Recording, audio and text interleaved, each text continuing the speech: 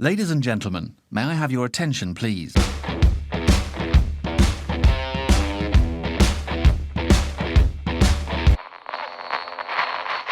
Jacques Duchâteau arpente les allées des cimetières de Wallonie et de Bruxelles avec son appareil photo, mais pour figer des moments et des histoires passionnantes, vous allez le voir ce soir. Il est parmi nous dans la boîte pour parler de cette passion et des livres évidemment qui en découlent. Il y en a deux, Cimetière de Wallonie et Cimetière de Bruxelles. On est resté en Belgique. Qu'est-ce qu'une balade photographique? Est-ce glauque d'immortaliser les cimetières? Que cachent ces décors mystérieux où la nature se mêle aux défunts? Nous avons 60 minutes, et pas une de plus, si un petit peu plus, pour le découvrir ensemble. Mais avant d'en parler, on ne change pas une bonne vieille habitude. Faisons connaissance avec Jacques Duchâteau grâce aux 6 faces de la boîte et aux portraits chinois littéraires que le monde entier nous envie. Bon amusement à tout le monde. Bonsoir Jacques, rebonsoir et merci d'avoir accepté mon invitation. Bonsoir et merci de m'avoir invité avant tout. Merci beaucoup. Alors Jacques, si tu peux augmenter un tout petit peu le son de ton micro. Oui, je vois. Est-ce que là ça va mieux? Oula, oui, ça va beaucoup mieux pour moi. Est-ce que là ça va mieux? Ouais. Une question détonnante. Si tu étais un livre de chevet, lequel choisirais-tu et pourquoi?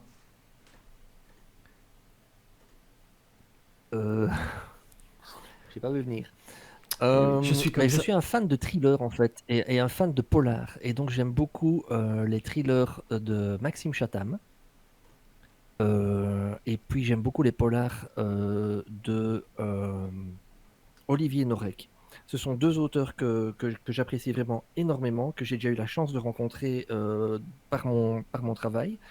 Et franchement, je ne saurais pas préciser vraiment quel livre je choisirais parmi les leurs, mais ce serait certainement un livre de Maxime Chatham et d'Olivier Norek, parce que je suis gourmand en livres en fait. Tu es gourmand, mais on va reparler de ça, mais pour les personnes qui ne te connaissent pas, tu es journaliste, photojournaliste, vidéojournaliste. Comment tu décrirais ça pour ceux qui ne te connaissent pas? Journaliste, reporter d'images, JRI, journaliste reporter d'images pour le journal L'Avenir et pour le site internet. Et donc, tous les jours, je pars en reportage, en interview avec mon appareil photo, ma caméra, et je fais tout seul, c'est-à-dire les photos, la vidéo, le texte, le montage, l'édition, la publication. Comme je viens de faire il y a 20 minutes, je suis allé faire un reportage sur un concert de Quentin Dujardin, qui est ce guitariste un petit peu rebelle qui fait des concerts dans des églises pour 15 personnes. Et il jouait à clavier dans une toute petite chapelle. Et donc je suis allé là faire son interview, faire un reportage sur le concert que j'ai publié il y a 25 minutes sur le site du journal. Cet homme n'arrête jamais. Donc ça c'est mon quotidien. Si tu étais un C'est d'ailleurs format... dans ce cadre-là que j'ai... Pardon. Oui, je suis comme ça, un format de livre. Un livre photo, forcément, parce que ce sont les livres qui me parlent le plus, et il n'y a pas nécessairement besoin de beaucoup de texte pour m'émouvoir avec un beau livre photo. J'aime beaucoup le travail de Steve McCurry, par exemple, qui est vraiment assez exceptionnel. Et puis il y a des très très bons photographes belges. Évidemment, je ne m'attendais pas à la question, donc Christophe Licop, il a fait un chouette bouquin, c'est un photographe de Photo News. Et puis alors, il y avait évidemment, oh là là là là,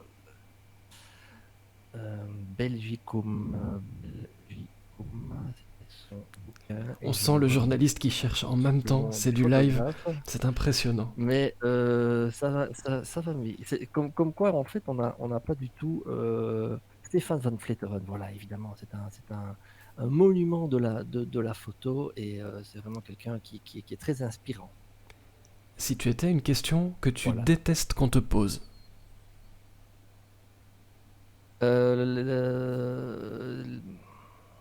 Cette question-là, par exemple. Je la note. J'aime pas les questions j'aime pas les questions qui ont attrait à la vie privée, finalement. Donc voilà, j'ai la chance de faire un boulot où c'est moi qui pose les questions, et donc je trouve que c'est très bien comme ça. Si tu étais une maison d'édition.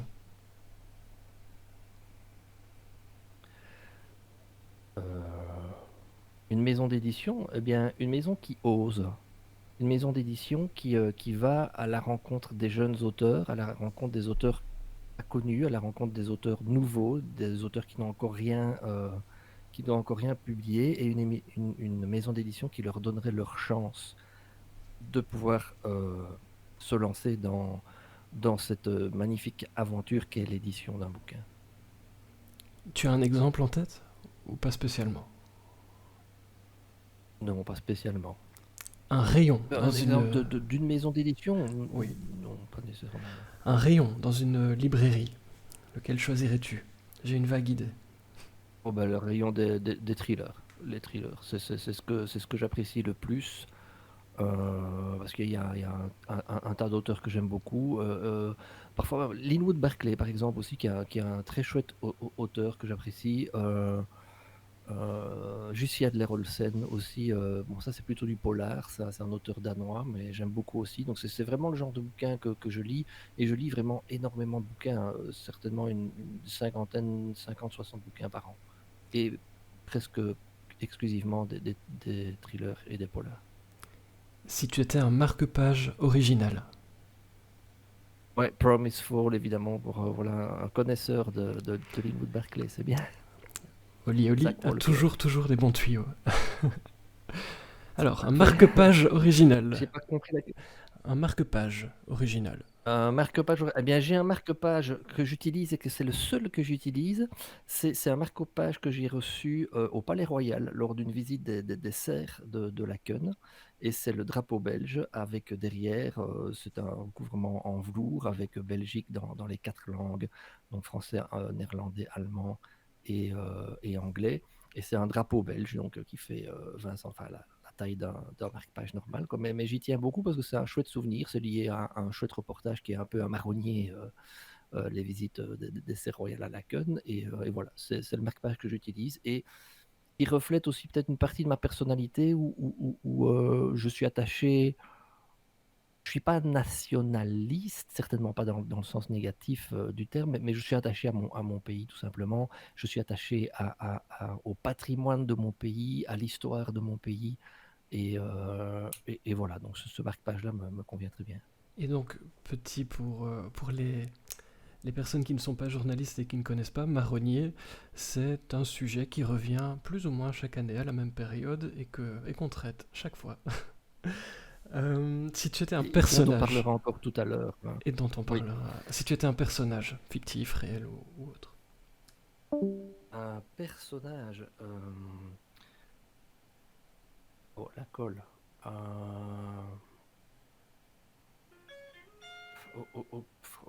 Aucune idée. Vraiment là, un personnage.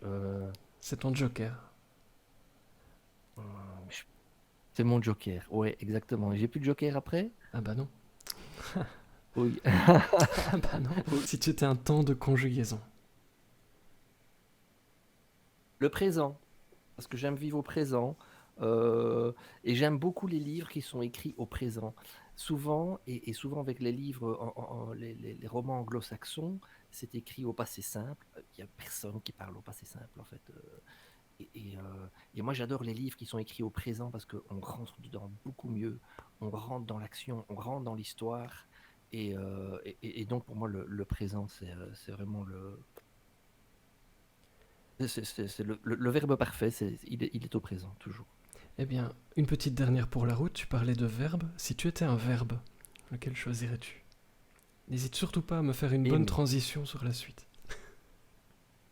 Aimer, mais je ne sais pas c'est quoi la suite. Donc, aimer, c'est pour moi le verbe le plus important. Aimer les gens, aimer ce qu'on fait, aimer ce qu'on vit, aimer sa vie, être positif. C'est pas toujours facile, en particulier depuis un an où on vit quand même une période très très complexe, psychologiquement très très complexe.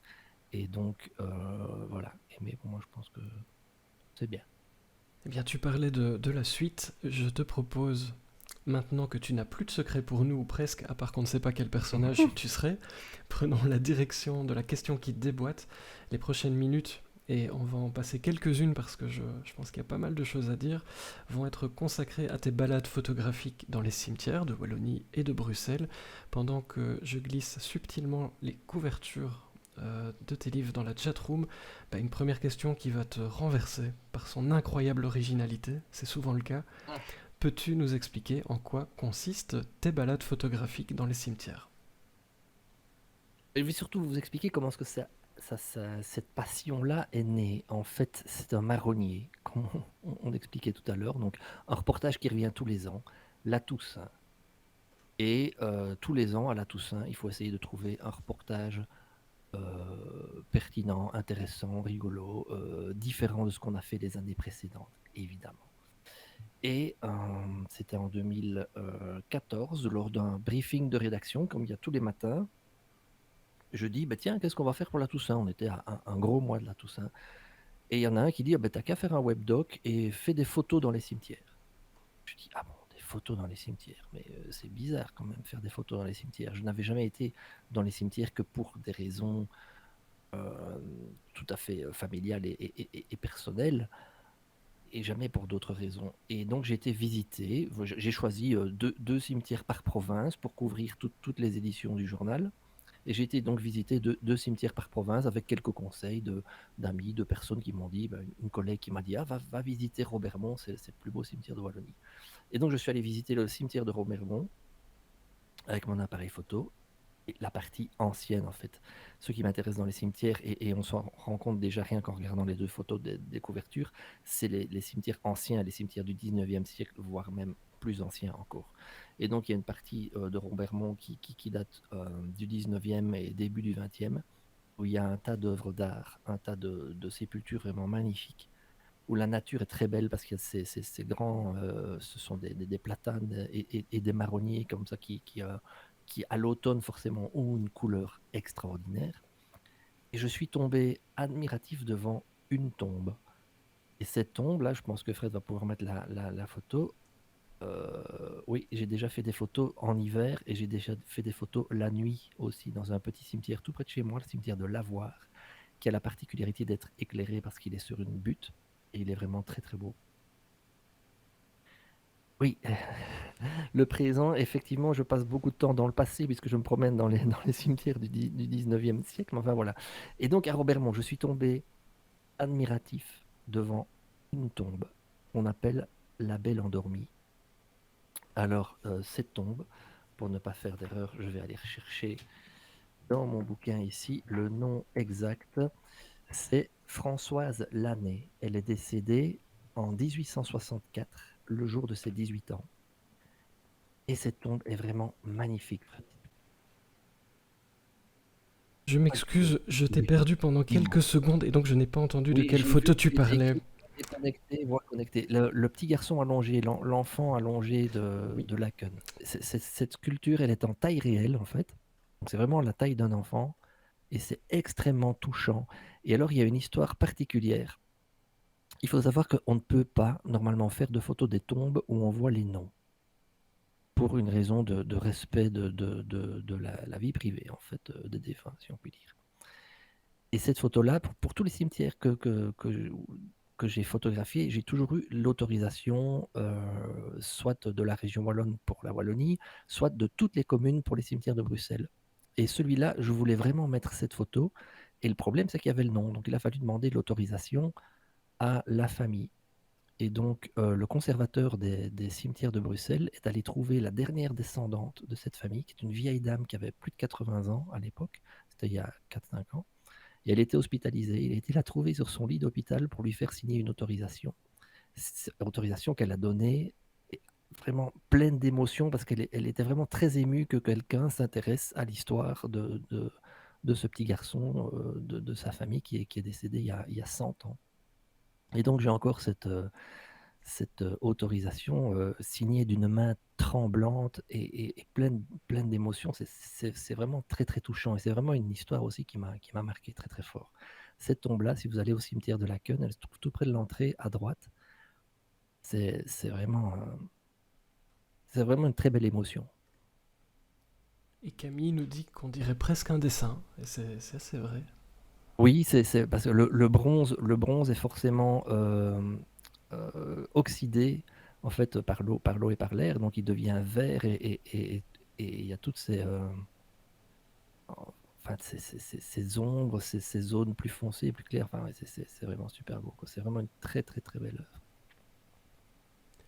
Alors, on va encore parcourir des incontournables hein, pendant cette soirée.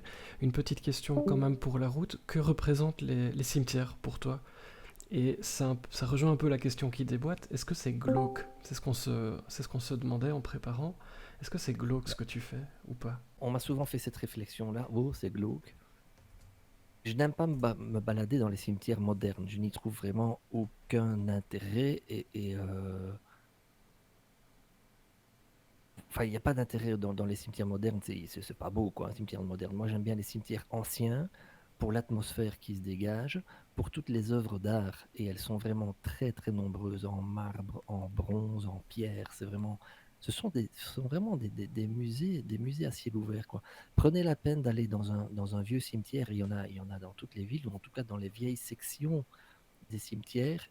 Et vous verrez que à un moment donné, vous ne penserez même plus à la mort parce que vous ne ferez que de regarder le décor, les sculptures, vous ne pouvez, à mon avis, qu'être touché par toute l'émotion qui se dégage en fait de ces endroits. Donc non, franchement, c'est pas glauque du tout de se promener dans les cimetières, même avec un appareil photo, c'est pas du tout glauque. Et il suffit de regarder, aller sur Facebook et regarder le nombre de groupes Facebook qui sont consacrés au cimetière, c'est hallucinant, quoi. Il y en a vraiment, mais des dizaines et des dizaines et des dizaines partout dans le monde. Et ça m'a permis aussi d'avoir des contacts avec des gens à qui j'ai envoyé des bouquins aux États-Unis, en Argentine, en Espagne, en Angleterre, enfin un petit peu partout. Parce que c'est vraiment une passion universelle. Et donc j'ai mis un petit sondage hein, dans la chatroom, à savoir est-ce que c'est glauque de se balader dans les cimetières appareil photo à la main. Eh bien ça penche majoritairement pour le non, ce n'est pas glauque, et c'est un peu ce que tu es en train d'expliquer. Et Camille nous dit, pour moi non, il y a le cimetière d'un hôpital psychiatrique près de chez moi, j'ai toujours voulu aller le voir sans oser y aller. Finalement, on y est allé avec ma mère. Je n'ai pas pris de photos, mais ça m'aurait bien tenté. Il faut se faire plaisir. Il faut savoir qu'il y a beaucoup de cimetières, et c'est le cas à Bruxelles par exemple, où on ne peut pas rentrer avec un appareil photo. Et c'est pour ça que ce que je disais tout à l'heure, moi j'ai dû demander l'autorisation à chaque commune pour pouvoir faire des photos dans les cimetières. Mais en Wallonie, c'est beaucoup moins strict, et franchement, ça vaut vraiment la peine d'aller avec un appareil photo et de regarder le cimetière autrement, en fait. Alors, c'est une question qu'on me glisse dans l'oreillette. Est-ce que les cimetières dans lesquels tu as pu aller, ou peut-être d'autres, sont-ils faciles d'accès ou pas? Toujours, c'est pas de l'urbex, hein, je veux dire, les cimetières, ce sont des lieux qui sont ouverts au public toute l'année. Je vais pas dire de jour comme de nuit, parce qu'il y en a beaucoup qui ferment de nuit, parce que malheureusement, il y a énormément de vols dans les cimetières, des vols d'œuvres d'art, des vols de métaux, tout simplement. Mais sinon, franchement, c'est open, quoi. Il y a aucune restriction à aller dans un cimetière, sauf les cimetières de Bruxelles, par exemple, généralement sont fermés le lundi, parce que c'est les jours où ils font les exhumations. Mais sinon, à part ça, franchement, il faut y aller, il faut se faire plaisir, faut aller découvrir ce patrimoine-là, parce que c'est vraiment un patrimoine majeur d'Europe, quoi. Partout en Europe, il y a des cimetières remarquables. En Italie, par exemple, il y a des choses complètement extraordinaires. Le Père Lachaise à Paris, forcément. Donc, franchement, il faut y aller, il faut y aller. Il faut pas avoir peur d'y aller la nuit, il y a pas de fantômes. Alors, petite question Pour la pratique. province de Namur, Voilà. il y a... Je Ouais, te vois laisse que rebondir, je te laisse. là, alors, pour la province de Namur, moi j'avais sélectionné dans mon livre 3 cimetières en province de Namur. Celui de Belgrade, qui a la particularité d'avoir une crypte qui malheureusement n'est pas accessible. Moi j'y étais allé avec un responsable de la ville. Et puis alors il y a le prieuré d'Anserem qui est très joli, qui est en bord de Meuse, à côté de l'ancien prieuré. En fait, il y a 2-3 tombes assez particulières, dont une en forme de dolmen, comme ça, donc c'est assez rigolo. Et puis alors, il y a la chapelle Saint-Hilaire à Matagne-la-Petite, qui est un cimetière autour d'une petite chapelle avec un mur d'enceinte perdu dans les bois, et c'est vraiment très très chouette. Maintenant, il y en a d'autres, hein, dans la vallée du Virouin, par exemple, il y a quelques cimietières du côté de Nîmes, Vierve et tout ça, il y a quelques cimetières assez sympas. Et maintenant, c'est pas la province de Namur n'est pas la plus la plus riche en beaux cimetières. C'est surtout en province du Luxembourg, de Liège et dans le Hainaut qu'on en trouve le plus pour ce qui est de la Wallonie en tout cas. Et tu en as combien en Oui, tout? c'est celui de Belgrade. Il s'appelle le cimetière de Belgrade. Il se trouve effectivement à Saint-Servais et c'est le grand cimetière de Namur. Mais il est à Belgrade. Combien de cimetières as-tu visité en tout pour tes livres Alors, et pour il ton faut savoir plaisir? En Wallonie, il y a 3500 cimetières. J'en ai visité, j'ai fait le tri. J'ai visité les plus anciens et ceux que je savais être les plus beaux. Et pour ça, dans mon choix, j'avais été aidé par Xavier de Florenne, qui est un haut fonctionnaire de la région wallonne qui a en charge la préservation du patrimoine funéraire. Et donc, j'en ai visité, je dirais, une soixantaine à peu près. Et pour mon livre, j'en avais gardé 27, 28, quelque chose comme ça. Et à Bruxelles, il y a 31 cimetières sur la totalité de la région bruxelloise. Et là, je les ai tous visités. C'est plus facile aussi. Alors Fanchon demande, avez-vous visité des cimetières autres qu'en Belgique? J'ai eu la chance de visiter le cimetière du Père-Lachaise avec Thierry Leroy, qui est un guide du cimetière du Père-Lachaise. Et si vous avez l'occasion de le suivre sur Facebook, par exemple, Thierry Leroy, Leroy en deux mots, R-O-I, c'est un personnage assez extraordinaire, très haut en couleur et très drôle, qui connaît son cimetière, qui fait des visites en fonction de diverses thématiques. Par exemple, si vous voulez visiter les sépultures des personnalités belges enterrées au Père-Lachaise, eh ben, il va vous faire le tour des sépultures des personnalités belges enterrées au Père-Lachaise.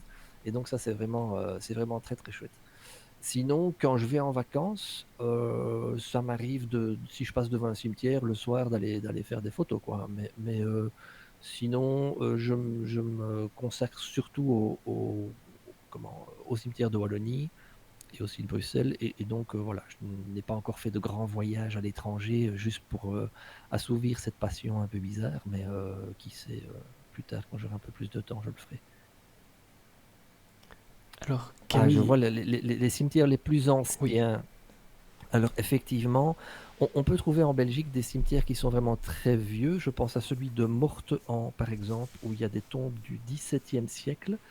Celui d'Aubel, il y a des tombes du XVIe siècle. Donc là, ça, c'est vraiment des très très très vieux cimetières. Sinon, la plupart des grands cimetières et des cimetières urbains datent généralement du XIXe siècle, milieu du XIXe siècle. Et c'est vraiment la période la plus intéressante parce que c'était aussi une période où les gens, les notables entre autres, forcément, avaient vraiment de l'argent pour, pour construire des tombes assez extraordinaires. Je pense par exemple au cimetière de Mons. Ça, Fred, tu peux peut-être montrer le kiosque.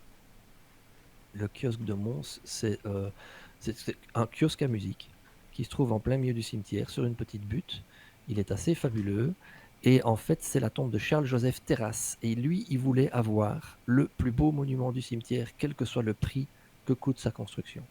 Et si Fred veut bien mettre la photo, s'il tombe dessus, s'il la retrouve, c'est vraiment une tombe assez extraordinaire en fait. Et ça date de la deuxième partie du 19e ou début du 20e, je ne sais plus très bien exactement. personnellement, quand je dois faire des photos, j'en fais par exemple 50 et j'en garde une. Du coup, je me demandais, toi, Ça peut- combien, c'est pas mal, ça peut- combien de ça peut- clichés as-tu pris et finalement combien ont été retenus pour la conception finale de tes livres? Je Et puis, pense qu'il y a à peu près 160. Oui, vas-y. non, et puis comment en fait se Écoute. fait la sélection des photos? Parce que ça aussi c'est un calvaire. Une fois que j'ai mes 50 photos pour choisir celles que je garde, personnellement j'y passe 3 heures. Je voulais savoir comment toi tu faisais. On sait jamais que tu me donnes des trucs. J'ai forcément pris des milliers et des milliers de photos et il y en a, je pense, 160, à peu près 160 par bouquin. Et puis j'en ai encore fait beaucoup depuis. C'est bien simple, il n'y a pas tellement longtemps au journal, il y a 2, 3 semaines, on a sorti un supplément publicitaire en fait à destination des professionnels du deuil. Et la régie publicitaire du journal m'a demandé de m'occuper de la partie rédactionnelle du cimetière, de ce supplément. Et donc j'en ai profité pour ressortir toutes des photos que j'avais jamais publiées en fait.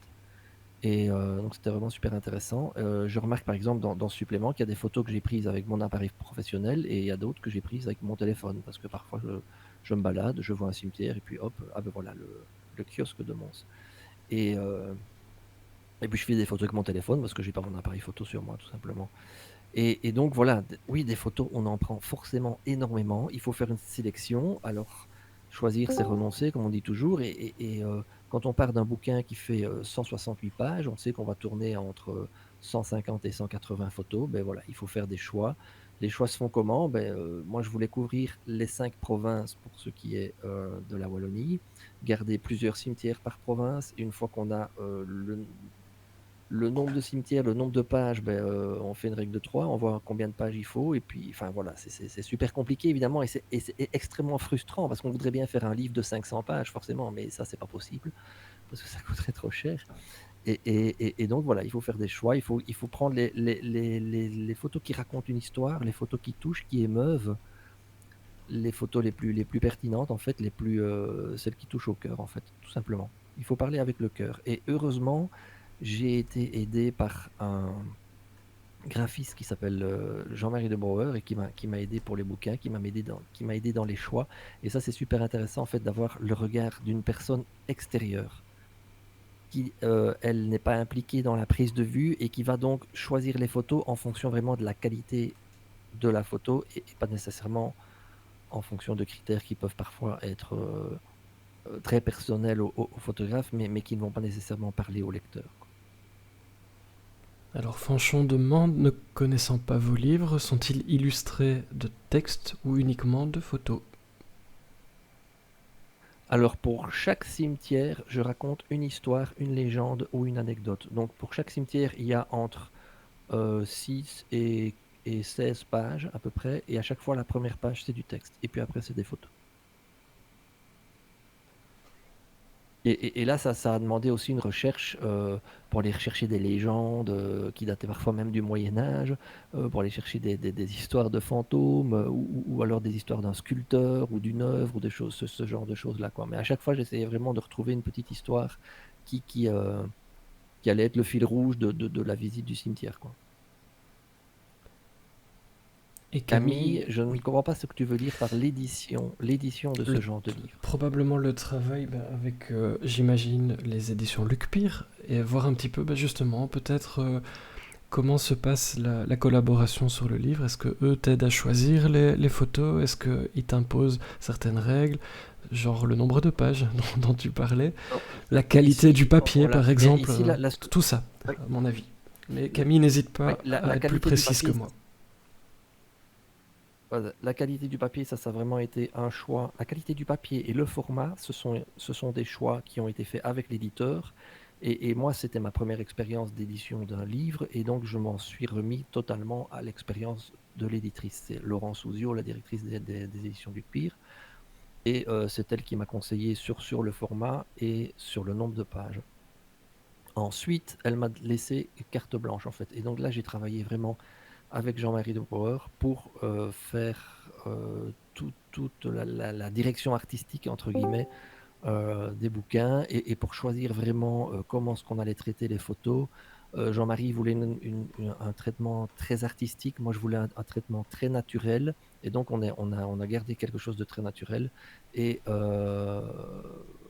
vais pour la mise en page. Et puis voilà, et tout le travail de mise en page, de choix des photos, ça a vraiment été un travail avec Jean-Marie en binôme. On y a passé énormément de temps, et donc au fur et à mesure que je faisais mes visites de cimetière, je faisais 2-3 visites sur quelques week-ends, puis je sélectionnais les photos qui pour moi étaient les plus intéressantes ou les plus pertinentes. Je lui envoyais 100-150 photos.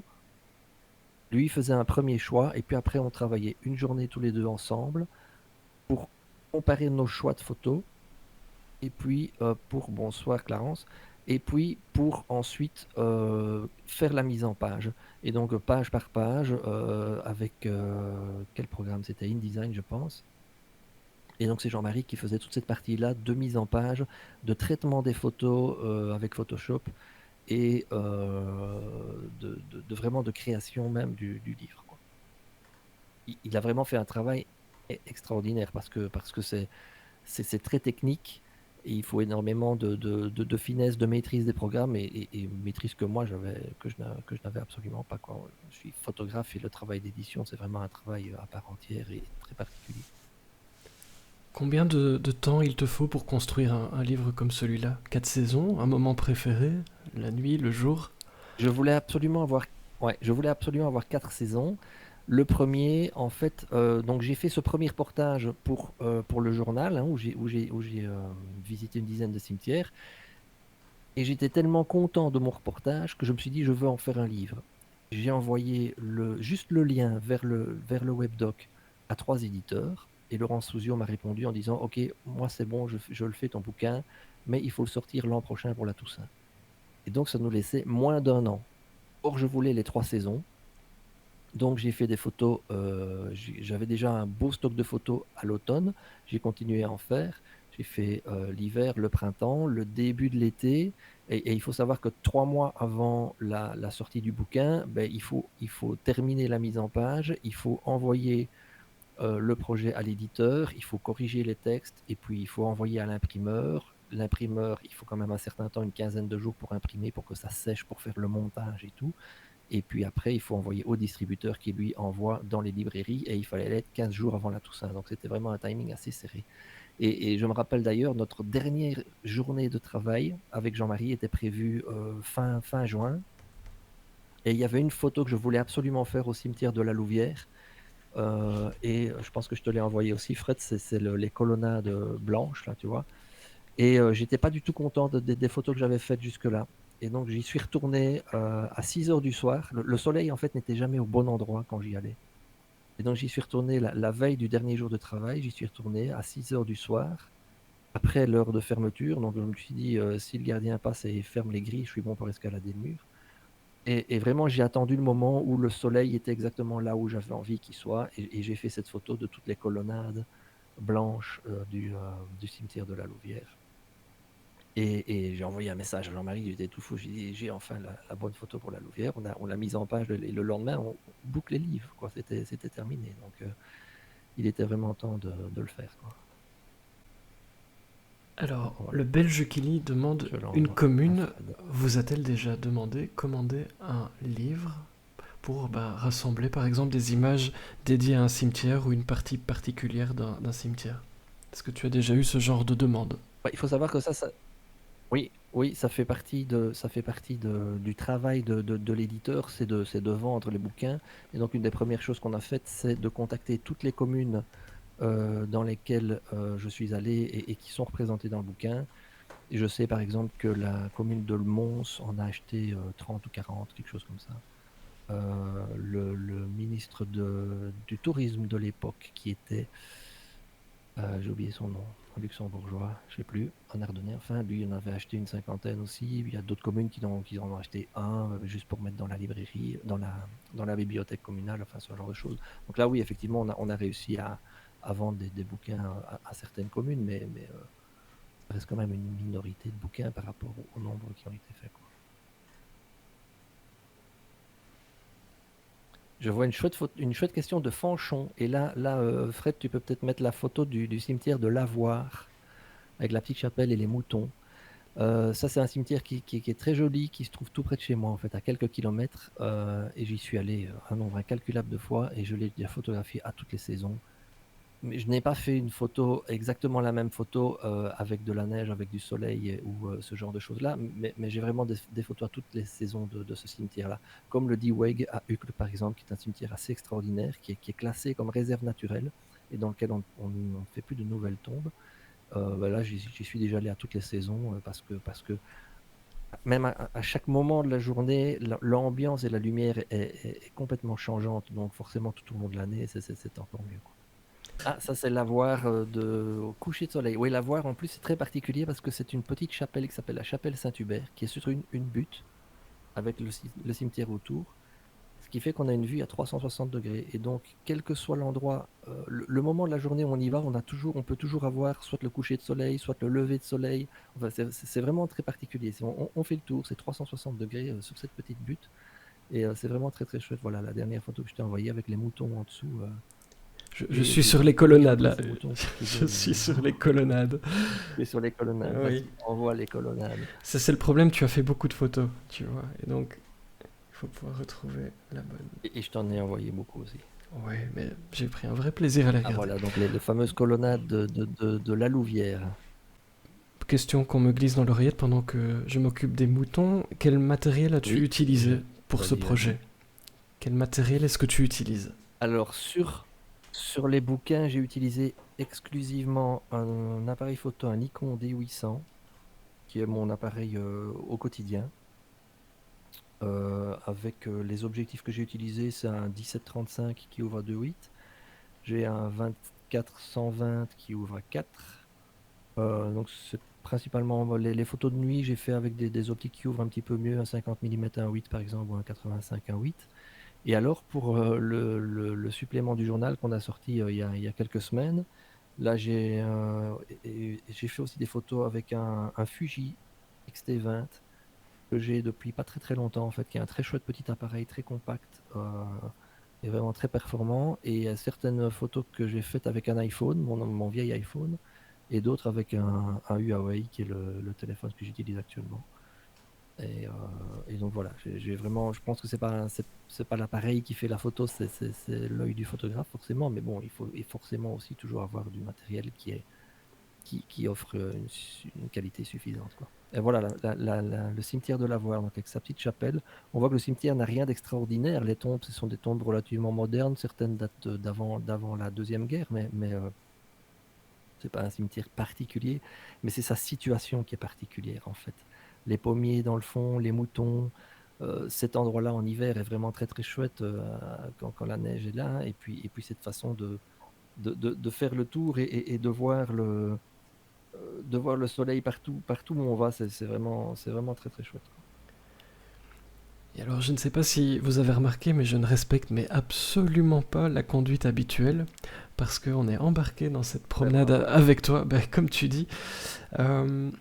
Une petite question pour la route, hein, parce que j'en ai encore quelques-unes, et ben, dans la salle, dans la chatroom, je vois que vous aussi, et ça me fait plaisir. Est-ce que tu racontes des histoires réelles, ou as-tu imaginé certaines d'entre elles en te laissant inspirer par tes balades? Comment ça se passe en fait au niveau de tes recherches? Non. Est-ce que c'est toi qui rédiges les textes? Est-ce que c'est amusant? Est-ce que c'est difficile? C'est Dis-nous moi, tout. ouais. C'est assez facile, non. Il faut savoir où on doit chercher. Évidemment, on peut trouver énormément de choses sur Internet. Toutes les histoires que je raconte, même les légendes, il n'y a rien que j'ai inventé, quoi. Je vais vous prendre par exemple en province de Luxembourg, il y a, non, c'est en province de Liège, Comblain-au-Pont. Je prends page 52, Comblain-au-Pont. Et l'histoire que je raconte, en fait, c'est un curé qui faisait la messe au cimetière de Comblain-au-Pont. Et à un moment donné, il y a un autre curé qui est arrivé pour l'aider. Et il se fait que c'était un fantôme. C'était le fantôme de l'ancien curé décédé qui n'avait pas dit sa dernière messe et qui donc était obligé de rester là. Donc c'est une histoire complètement à dormir debout forcément, mais c'est une légende qui fait partie des histoires. Et ça, c'est en allant à l'office du tourisme et en papotant avec une personne de l'office du tourisme qui m'avait raconté cette légende-là. Et je trouvais que c'était touchant, quoi. Donc c'était assez rigolo. La chapelle Saint-Hilaire, par exemple, à Mataigne-la-Petite, c'est aussi une légende qui est assez sympa.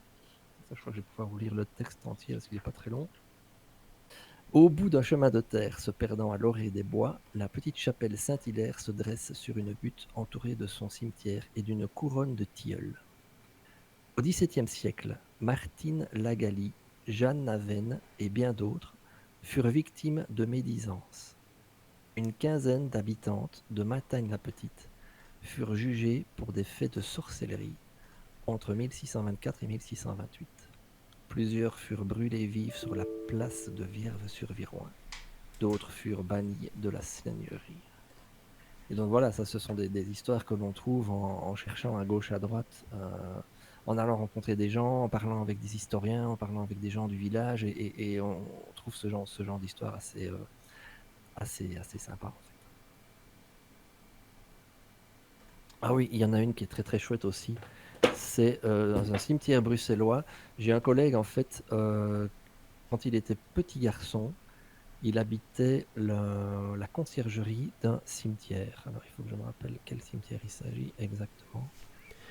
Mais donc, grosso modo, C'est tu Saint-Josse. n'inventes aucune histoire. Ce sont des recherches ou des... Ah non, je n'invente. Je D'accord. n'invente. Ce sont vraiment des recherches. Je pense que c'est le cimetière de Saint-Josse. Et en fait, l'histoire, c'est qu'au début du siècle, il y avait un gardien. Voilà.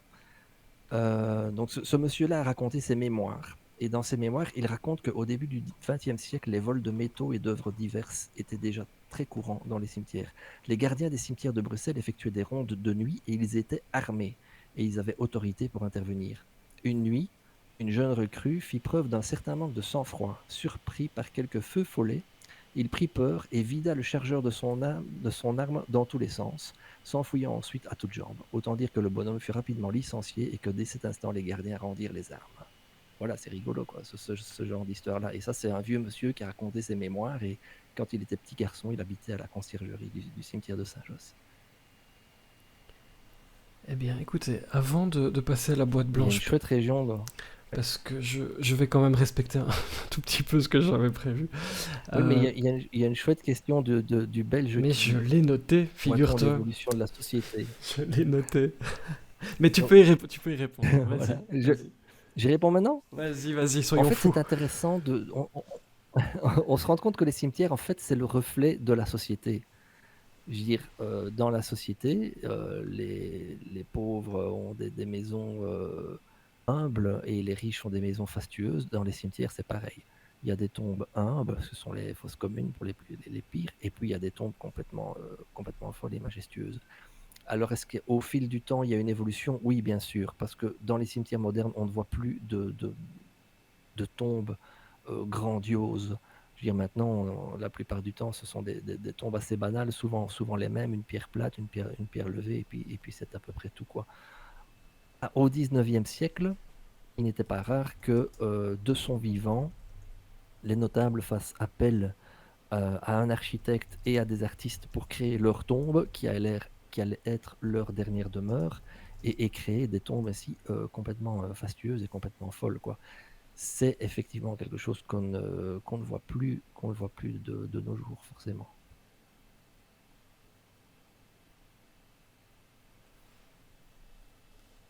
Alors, 1000 histoires On a et perdu anecdotes, mais pas du tout, je suis là. Je te laissais finir religieusement. Ça fait beaucoup d'anecdotes, mais parfois Et tristes. si jamais je ne suis pas assez complet dans mes réponses, il ne faut pas hésiter à relancer. Non, n'hésitez pas à le dire, c'est très important. Mais donc les anecdotes sont parfois tristes, parfois joyeuses, souvent touchantes. Euh, on y fait des rencontres. Alors pour notre plus grand bonheur, et avant d'arriver à ta boîte blanche, est-ce que tu peux nous donner des exemples? Alors on avait fait une petite sélection qu'on n'a pas du tout respectée, mais ça c'est ce qui est amusant.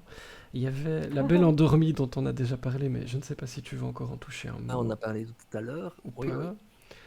Je ne sais pas si Non, tu mais voilà, veux. La Belle Endormie, Vu que c'est ton celle amoureuse, qui je a vais la remettre déclenché encore. Je vais la remettre mon amoureuse. Voilà. pour le C'est plaisir. celle qui a déclenché ma passion pour l'art funéraire, en fait. Il faut savoir d'ailleurs que ça porte un nom, le fait d'être passionné par l'art funéraire. Nous appelons ça les taphophiles, la taphophilie, taphos, la tombe en grec. Et voilà. Donc je suis un taphophile. Et vous êtes tous peut-être des taphophiles qui s'ignorent. Voilà, La Belle Endormie. Mais je suis en train de calculer au Scrabble en fait, ce que ça peut nous donner. Mais Ah oui, c'est PH à chaque fois, donc ça peut être intéressant. alors, tu avais sélectionné dans tes incontournables la diguette à Angleur. Est-ce que tu veux nous en dire un petit mot? Oui, la Diguette à Angleur. Alors ça, c'est un cimetière qui est assez extraordinaire. Il est très petit, il doit faire 2-3 heures à tout casser. Et il se trouve au bout d'une ruelle, en cul-de-sac. J'y suis allé 5 ou 6 fois au moins, et à chaque fois je l'ai visité de la même façon. C'est-à-dire que je suis rentré par le portail, j'ai tourné à gauche, j'ai fait le tour, ça fait un S comme ça, ou un 8, et je suis sorti à chaque fois en tournant le dos aux mêmes tombes. Et la dernière fois que j'y suis allé avec la personne qui a fait la préface de mon premier bouquin, Catherine Ernens, qui est une collègue et une amie. Et on visitait ce cimetière donc parce qu'elle voulait voir, elle n'avait jamais visité le cimetière, donc elle voulait voir c'était quoi un cimetière, quoi, ou un vieux cimetière. Et à un moment donné, elle était en train de prendre de notes, je me retourne vers elle, je dis tu viens, et je vois cette tombe de la petite fille, je ne l'avais jamais vue en fait. Parce qu'à chaque fois j'étais passé en dessous, elle était un peu surélevée, à chaque fois j'étais passé en dessous sans la regarder, sans y prêter attention, en regardant à d'autres choses. Et alors, elle est assez extraordinaire parce que elle a une paire de bottes aux pieds et une paire de chaussures en main. J'ai essayé de retrouver l'histoire de cette petite fille et je n'ai pas réussi à retrouver. Donc c'est vraiment un mystère complet. Pourquoi est-ce qu'elle a deux paires de chaussures? Qui est-elle? Je n'en sais rien. Et que fait Jacques Pradel pendant ce temps-là? Si quelqu'un nous écoute et sait nous expliquer qui est cette petite fille, nous sommes partants, bien Voilà. évidemment. N'hésitez pas à contacter la boîte. Je ferai parvenir tout ça à Jacques. On peut faire un petit tour du côté de Je Spa. peux rebondir sur Kiko. Kiko Écoute, qui je ne sais demande pas s'il est s'il d'accord, y mais a des tu cimetières peux à lui voir demander. en province de Luxembourg. Alors, dans mon premier bouquin, j'avais sélectionné 1, 2, 3, 4, 5, 6 cimetières en province de Luxembourg. Celui de Mortehan, ça franchement, je le conseille, il date du XVIIe siècle. Ce sont des tombes en ardoise, en schiste, et le cimetière est très petit et il est lové dans un méandre de la Semois. C'est vraiment un endroit, on dirait un décor de Highlander. On a l'impression que Christophe Lambert va arriver avec son épée immense c'est vraiment un décor de film. C'est très très très beau. La Roche en Ardennes aussi, c'est un petit cimetière qui est pas mal. Guerlange, celui de Neufchâteau aussi, celui de Olomont, ou bien alors le grand cimetière d'Arlon, où il y a quelques belles œuvres d'art et entre autres une petite fille qui est dans une cabine en bois, on dirait une cabine téléphonique. Et c'est la statue d'une petite fille, ça je pense que je te l'avais envoyé, Fred. Et sinon, je vais la rechercher. Et ça, c'est vraiment un cimetière très particulier, une tombe très particulière. La voici ici, hop, je l'envoie à Fred. Et il va pouvoir vous la montrer.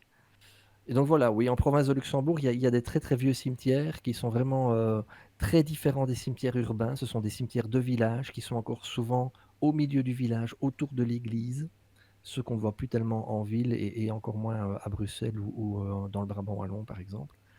Et donc voilà, il y a vraiment des très belles choses à voir. Mais Mortehan, pour moi, c'est le must. Et donc Mortehan, ça se trouve tout près de Bertry, à 3-4 km de Bertry.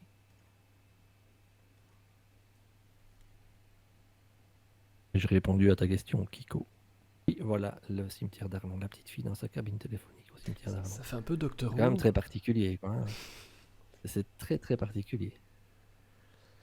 Eh bien, Kiko a l'air ravi. Est-ce que tu veux faire un détour par Spa et un pilote moto dont tu Oui. as Oui, découvert oui, oui, oui, l'histoire? oui, oui, oui, oui, oui. Oui, ça c'est une histoire que j'ai donc trouvée pour le cimetière de Spa et je vais reprendre son histoire pour ne pas dire de bêtises. Alors ça se passe en juillet 1950. David Whiteworth, c'est un pilote moto expérimenté et il participe au Grand Prix moto de Belgique sur une Vélocette 350 cm3. Au 10e tour, alors qu'il dispute la 5e place avec d'autres pilotes, il est victime d'un accident. Il est emmené à l'hôpital avec une fracture du crâne et il décède quelques jours plus tard. Il avait toujours fait le vœu d'être enterré à proximité de l'endroit qui le verrait mourir. Il a donc été inhumé au cimetière de Spa. Sa tombe est située tout près de l'entrée et elle est surmontée d'un casque et de lunettes de pilote. C'est vraiment très très particulier comme tombe. Ah mais je ne connais pas le cimetière de Hon, mais j'irai volontiers le C'est un visiter. conseil de la boîte et pour Kiko aussi qui pourrait aller y faire un tour du coup. Ouais. Je te propose de faire un détour par Bruxelles et par XL avec Oui, Marguerite. XL, il y a plein de choses. Marguerite, oui, cette histoire est complètement hallucinante. Alors le cimetière d'Ixelles est très très très beau. Il y a plusieurs œuvres d'art, entre autres un homme nu assis qui est vraiment magnifique. J'ai toujours cru que c'était du marbre, sans jamais oser le toucher. Et puis en papotant avec un gardien, il m'a dit, ah ben si, tape dessus, tu verras bien. Et en fait, ce n'est pas du marbre, c'est de la résine. C'est vraiment très très beau. Et puis alors, évidemment, il y a, je vais passer cette photo à Fred pour qu'il puisse montrer cette œuvre d'art qui est vraiment très particulière. Si tu me laisses 2 minutes. Pas du tout. 30 secondes. Moi, je veux l'histoire de Marguerite. Non. Oh mon Dieu. Et je pense que les gens aussi. Je vais te donner l'histoire de Marguerite. Ne t'inquiète pas. Alors, Marguerite. Oui, cette histoire est complètement dingue. Donc, Georges Boulanger était un général français qui avait fait un coup d'État, enfin une tentative de coup d'État en France au milieu du 19e siècle, et il a été il a été en exil. Il vivait en exil à Bruxelles. Et il avait une maîtresse qui s'appelait Marguerite de Bonnemain. Voilà, Marguerite de Bonnemain. Et Marguerite est décédée assez jeune. Le général Boulanger était évidemment extrêmement triste. Il lui rendait visite tous les jours sur sa tombe. Et puis un jour, il a sorti une arme et il s'est tiré une balle dans la tête. Il s'est donc suicidé sur la tombe de sa bien-aimée. C'est quand même une histoire particulièrement triste. Et alors là où c'est vraiment superbe, c'est que sur la tombe, l'épitaphe, et là vous pouvez la voir, Marguerite avec les dates, à bientôt. Georges avec les dates, ai-je bien pu vivre 2 mois et demi sans toi? C'est vraiment très très beau, quoi. C'est romantique, quoi. Et sans Voilà, moi ça me touche transition, ce genre d'histoire-là, je trouve ça c'est.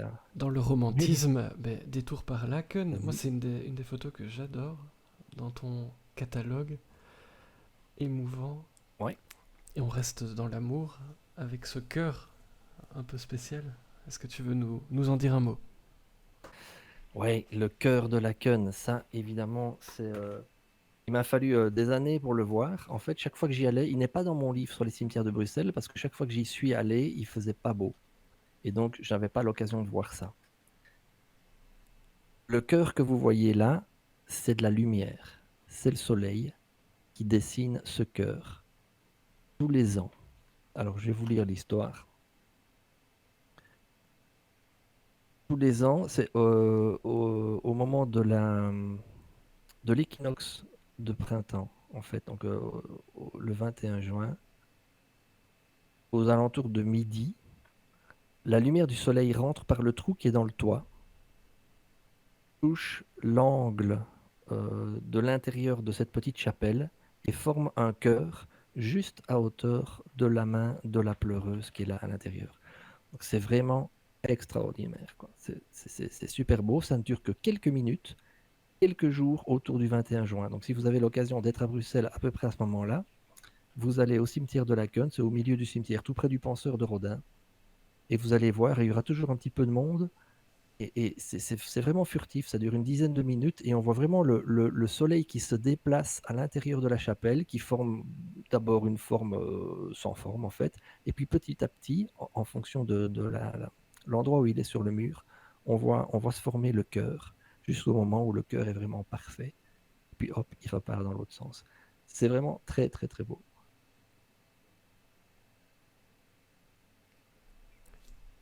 Et un petit passage par la nature, puisqu'on en parlait de ce mix entre les hommes et la nature. Le Diweg, Ouais. le plus curieux cimetière du pays, dis-tu. Oui, oui. En fait, le Diweg, donc, il est classé comme réserve naturelle. Et c'est un cimetière très très particulier parce que la végétation a pris des proportions complètement dingues, comme on peut le voir sur la photo là. Et à certains endroits, il faut se plier en deux pour passer en dessous des branches. Ça fait un peu penser au cimetière de Southgate à Londres, en fait, qui est un cimetière aussi comme ça, plein de nature. Et il n'est pas rare de croiser des jardiniers. On pourrait croire que que le cimetière est à l'abandon, et en fait, pas du tout. Le cimetière est toujours entretenu. J'y ai souvent vu des jardiniers.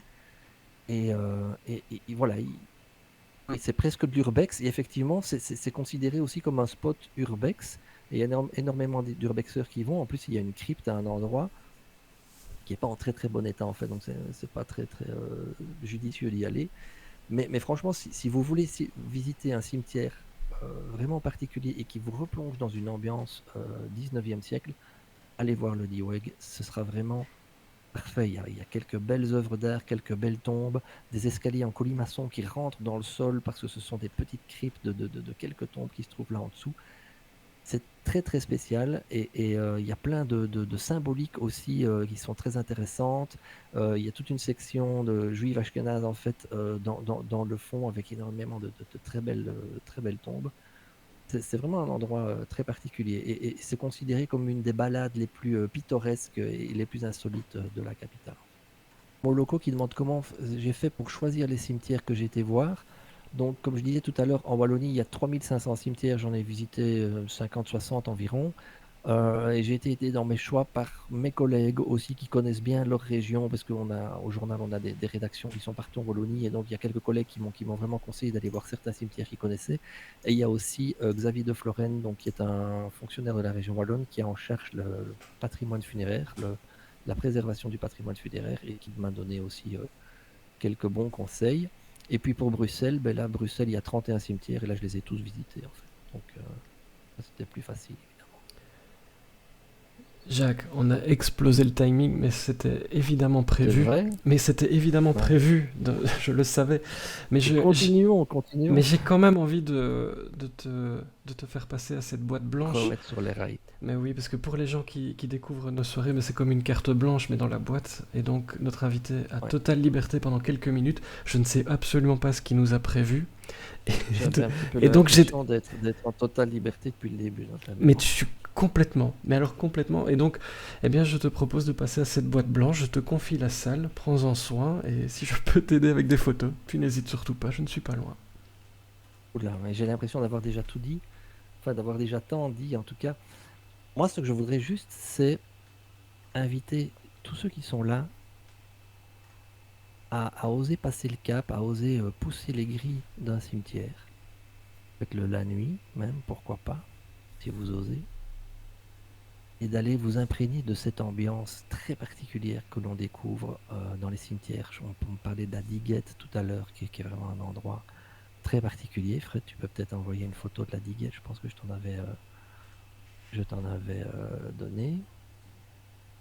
Et surtout, intéressez-vous à ce patrimoine-là, parce que c'est vraiment un patrimoine, pour moi, qui est essentiel, qui est important, et qui dit beaucoup de choses sur la région dans laquelle on se trouve, sur la société aussi, sur les différences de classe sociale, où finalement, riche ou pauvre, tout le monde se retrouve au même endroit et relativement dans les mêmes conditions, quoi.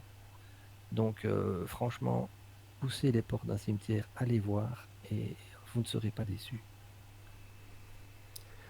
Court, bref, Je cherche une précis. chouette photo. C'était, Écoute, c'était vraiment très très c'est bien. magnifique, hein. Et donc, je vous propose, on va prolonger un tout petit peu parce que vous avez beaucoup, beaucoup de questions, j'en suis ravi, mais de passer à la boîte de Pandore, le temps qui reste ou qu'on va prendre en plus sera consacré à toutes vos questions de manière chaotique. On ne va pas changer depuis le début. Si vous êtes sur Discord, n'hésitez pas à les écrire dans la chat room. J'ai noté 2-3 questions qu'on n'a pas pu aborder. J'ai noté tout ça. La première, mais est-ce que tu pourrais prendre un autre focus que les cimetières, sachant que les nuages sont déjà pris par François de Brigode, mais est-ce que tu pourrais avoir un autre sujet que les cimetières pour tes balades photographiques? Euh, oui, je m'intéresse beaucoup au patrimoine. J'ai déjà fait un petit peu d'urbex, par exemple. Je trouve que c'est toujours très intéressant de se replonger dans le passé. Et c'est marrant parce que tout à l'heure, je disais que le temps le plus important pour moi, c'est le présent. Mais je remarque qu'attaché au patrimoine comme je le suis, je vogue aussi beaucoup dans le passé. J'aime bien les gens aussi, donc j'aime bien aller à la rencontre des gens et faire des photos des gens, des portraits. Donc, j'ai encore des projets de livres. Je cherche avec mon éditrice, on cherche des financements pour ce livre-là. J'ai commencé à travailler dessus. Voilà, c'est un petit peu top secret pour le moment, évidemment. Mais ça tourne quand même souvent autour de l'art, autour des gens et autour du patrimoine. C'est vraiment c'est peut-être une des formations professionnelles, finalement, puisque dans mon métier, je parcours la Wallonie et Bruxelles tout au long de l'année. Je vais à la rencontre des gens, et je raconte des histoires aussi. Et donc, forcément, ça crée des envies d'aller un petit peu plus loin que le travail du quotidien et le travail du journal, quoi. Donc, voilà, des projets, j'en ai encore.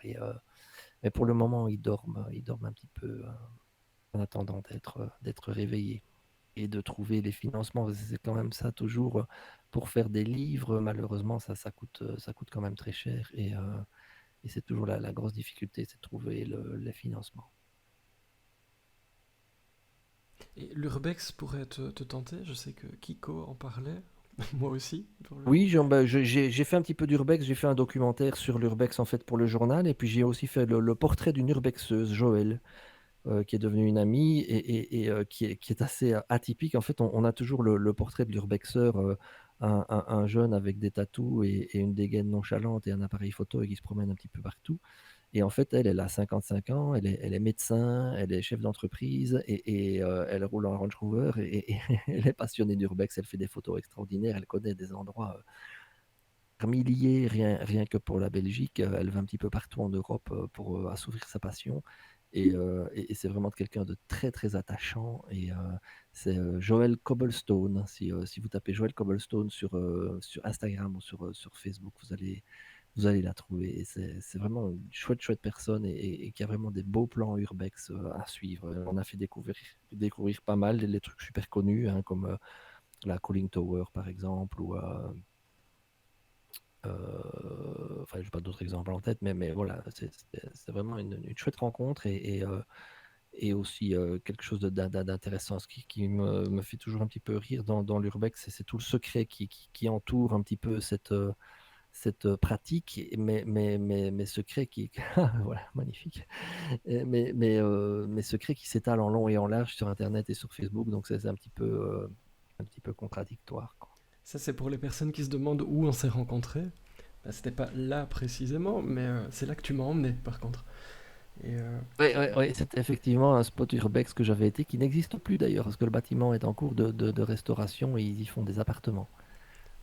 C'est l'ancienne gare de Rosnay, tout près de Namur. vous voyez que déjà à l'époque, j'étais avec des boîtes un peu plus grandes. Et cette phrase que je n'oublierai jamais, Jacques, où tu m'as dit, s'il te plaît, peux-tu avoir l'air méchant? Je pense que c'est un des plus beaux souvenirs que j'ai avec toi. Et ça n'a Et un des ça n'a plus, pas marché. et un des plus grands fous rires. Voilà, ça n'a pas marché du tout. Est-ce que tu es seul à travailler sur tes projets généralement? Mais tu as un peu expliqué avec qui tu travaillais. Catherine Hernens qui a Pour fait ta les deux, préface ouais. pour ta sélection de Catherine Hernens photos. a fait, ouais. Donc Catherine Hernens a fait la préface de mon premier bouquin. Il n'y avait pas de préface dans le deuxième. J'avais commencé un projet avec elle pour un troisième bouquin et malheureusement on a dû s'arrêter à peine lancé, ben, à cause de la pandémie, à cause du Covid. J'espère qu'on pourra reprendre ce projet-là après. C'était des portraits en fait. Jean-Marie de Brouwer malheureusement est décédé. Donc si je refais un livre, il ne sera plus là pour m'apporter tout son savoir, toute son expérience et tout son talent. Donc voilà, ou sinon oui, c'est important d'être entouré, de ne pas faire un livre seul. On voit par exemple, j'ai quelques exemples dans ma bibliothèque, j'ai quand même énormément de livres photos, et il y en a quelques-uns où je sais que les personnes ont travaillé seules, et il y a des petites erreurs qu'on ne fait pas si on travaille à deux, s'il y a un regard extérieur en fait, sur des choix, sur certaines mises en page, certains choix de photos, et ce genre de choses-là, des choses auxquelles l'auteur est fort attaché pour diverses raisons, et le gars qui est à côté va lui dire, écoute, non, ça ne passe pas, c'est pas bon, il faut pas le faire comme ça. C'est des conversations qu'on a souvent eues avec Jean-Marie, en fait, quand on a fait mes bouquins, et il avait toujours les bons choix parce qu'il avait un regard extérieur, en fait, et ça, c'est super important. C'est vrai que ça aurait pu Ça répond à être ta question, la mais je ne sais plus quelle couverture. était ta question. Eh bien, je vais en poser une autre. Je suis comme ça. C'est... Tu ne Est-ce que tu peux partager la dernière photo que je t'ai envoyée, Mais bien sûr, s'il te plaît? mais bien sûr. Alors, ce qu'on va faire, je te pose ma question, puis je vais chercher la photo, comme ça on ne perd personne. Ouais, vas-y. Mais tu en as un peu parlé tout à l'heure, ton métier de journaliste t'amène à parler de livres dans le quotidien L'Avenir. Tu rencontres aussi beaucoup d'auteurs. Qu'est-ce que tu aimes dans ce Oui. métier? Qui t'a marqué parmi ces nombreuses rencontres, et à part moi, bien entendu? Est-ce que tu as des anecdotes? Alors, je sais que Ouais. Maxime Il y a, Chatham en il y fera a- partie, il y a mais plusieurs auteurs. dis-nous. Ouais. Là, il y a plusieurs auteurs. Il y a un auteur que j'ai rencontré qui s'appelle Jussi Adler-Olsen, c'est un auteur danois. C'était une interview qui se faisait en anglais. Double anecdote avec cette interview-là, c'était assez rigolo. J'étais garé pas très près, enfin assez loin de l'endroit où on avait rendez-vous. Donc je prends le bouquin, je prends mon dictaphone, je prends mes questions, hop, ok, ça va, j'ai tout, je pars. Et quand j'arrive à l'hôtel, on avait rendez-vous, je me rends compte que j'ai pas pris mon appareil photo. Ah, le con. Et donc c'est pas grave, j'ai fait une photo avec mon iPhone et on l'a publié sur une demi-page dans le journal et ça donnait super bien, donc c'était parfait. Autre anecdote, c'est que j'avais lu dans sa bio qu'il était collectionneur de guitares et guitariste. Et donc ma première question, ça a été de lui poser, voilà, vous êtes guitariste, moi je suis bassiste, est-ce qu'on peut jouer ensemble? Et ça l'a fait marrer et toute l'interview s'est super bien passée parce elle avait démarré sur une anecdote un petit peu rigolote, quoi. Un autre auteur qui m'a énormément touché, c'est Olivier Norek. Là, lui, franchement, je vous le conseille, il est fabuleux. C'est un auteur de polar. Euh, Son tout premier bouquin, c'était Code 9-3. Ça se passe dans le département 9-3 en Seine-Saint-Denis. C'est un ancien policier, en fait, un ancien inspecteur de police de la police judiciaire. Il a travaillé dans le 9-3. Et la première fois que je l'ai rencontré, il était un peu intimidé. Il connaissait pas du tout le monde du journalisme, le monde enfin, de l'édition. Pour lui, c'était très nouveau. Et à chaque bouquin qu'il a sorti, il en est à 6 ou 7 maintenant. À chaque fois que je l'ai rencontré ou je lui ai téléphoné, et il a pris de l'assurance. Et donc, c'était marrant de voir à quel point le bonhomme avait vraiment évolué, quoi. Alors, une autre rencontre marquante, c'était avec évidemment Maxime Chatham, qui est un auteur que j'aime beaucoup, mais que j'aime détester aussi, si je puis dire. Je trouve qu'il a fait des excellents bouquins, entre autres le dernier qui s'appelle, c'est pas le dernier, Le Signal était vraiment très bien. Et puis après, il a fait Insecte que moi j'ai pas du tout bien aimé, pas du tout aimé. Puis il en a fait un autre dont le titre m'échappe et qui était vraiment très très bien aussi. Mais je me rappelle avoir été, l'avoir rencontré, donc c'était à Bruxelles, une interview donc face à face et juste l'auteur et le journaliste, on était juste nous deux. Et c'était après Le Coma des Mortels, un livre que j'ai vraiment estimé raté. En fait, c'était pas ce qu'on attendait de lui. Et oui, L'Illusion, voilà, merci le Belge qui rit L'Illusion, très très bien. Et donc là, c'était Le Coma des Mortels et je trouvais vraiment pas ce livre enfin, pas réussi, quoi. Et il faut savoir que les auteurs, et ça, à chaque fois que j'ai remarqué, ce sont des gens qui sont souvent très humbles. Et la première chose qu'ils ont envie de savoir, c'est ce que vous avez aimé, parce qu'ils ont besoin d'être, j'ai l'impression en tout cas qu'ils ont besoin d'être rassurés. Et donc, première question de l'interview, c'est pas moi qui la pose, c'est lui. Il me dit, est-ce que vous avez aimé mon livre? Et je dis, ben non, non, j'ai pas aimé. Et je lui dis pourquoi. Et là, c'était génial et l'interview a vraiment été intéressante parce que le gars, il s'est battu pour défendre son bébé, en fait.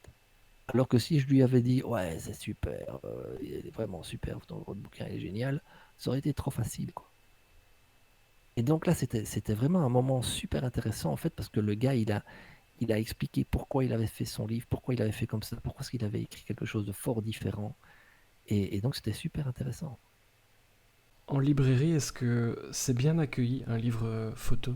Est-ce que tu as une place facilement dans les rayons pour que les gens qui ne te connaissent pas ou qui ne connaissent pas ce que tu fais puissent te découvrir? Est-ce que c'est facile pour En, en, un lib- beau en livre librairie, de, de se faire une en place? librairie, en librairie, un livre ne vit pas très très longtemps, quel que soit le livre. Il est mis en exergue les premiers jours et au bout d'une semaine ou deux, il faut déjà commencer à fouiller, sauf si c'est un best-seller ou un auteur vraiment très très connu, forcément.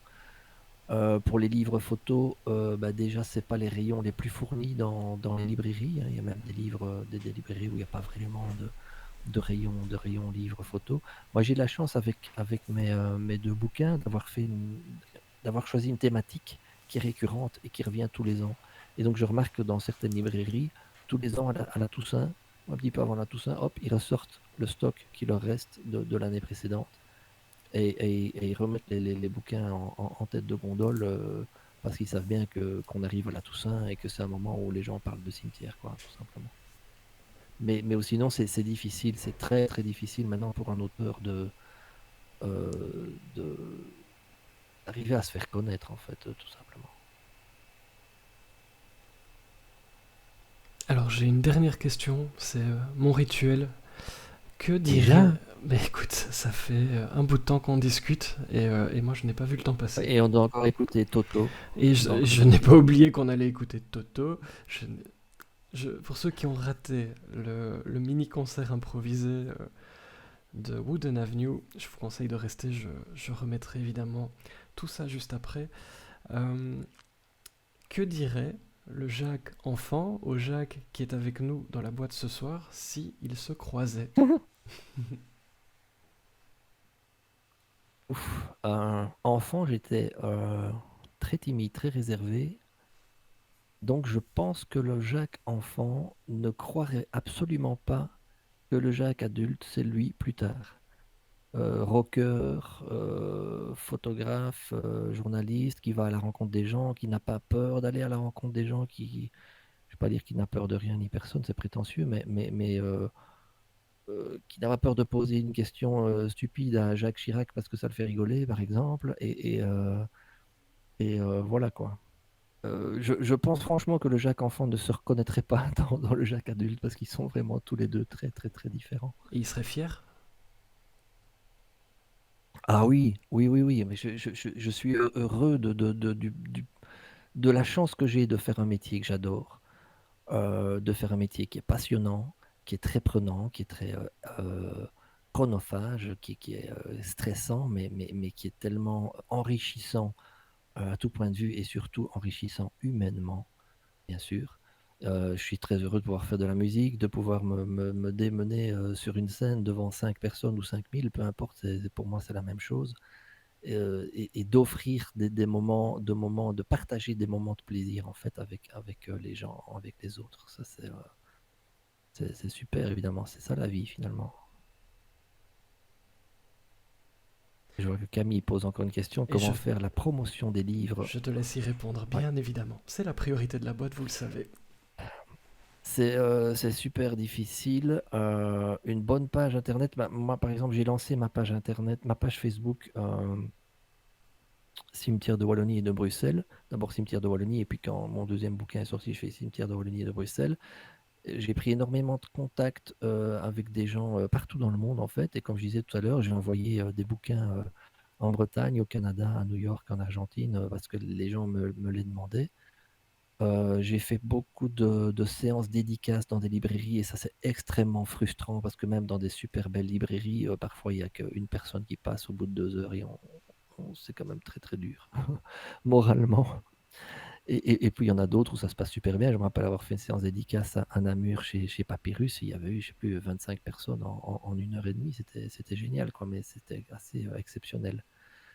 Maintenant, le type de public, eh ben, je ne sais pas vraiment, en fait. Je pense qu'il y a des personnes de tous âges qui s'intéressent au patrimoine, mais c'est vrai que c'est un sujet qui, je pense en tout cas, m'adresse plus à des personnes de mon âge, voire plus âgées. C'est marrant comme réponse, hein. C'est une réponse. Et puisque je vois qu'on arrive tout doucement au bout des questions, eh bien Déjà? nos 80 et des minutes s'achèvent déjà. Je ne sais pas vous, moi j'ai pas vu le temps Ah, passer. mais Je radote, mais je le moi redis. non plus, c'était très gai. Que souhaites-tu nous dire pour conclure cette belle soirée avant, ne partez pas, d'écouter Toto et un medley un petit peu de tout ce que vous proposez avec Wooden Avenue. Surtout Toto. Surtout Toto. Ce que j'ai juste envie de dire, c'est intéressez-vous à ce qu'il y a autour de vous. Sortez, allez voir les choses, que ce soit les musées, que ce soit les cimetières, que ce soit des concerts. Vivez pleinement, en fait. Parce qu'on se rend compte avec cette pandémie que finalement, c'est terriblement triste d'être privé de ce qui fait le sel de la vie, tout simplement.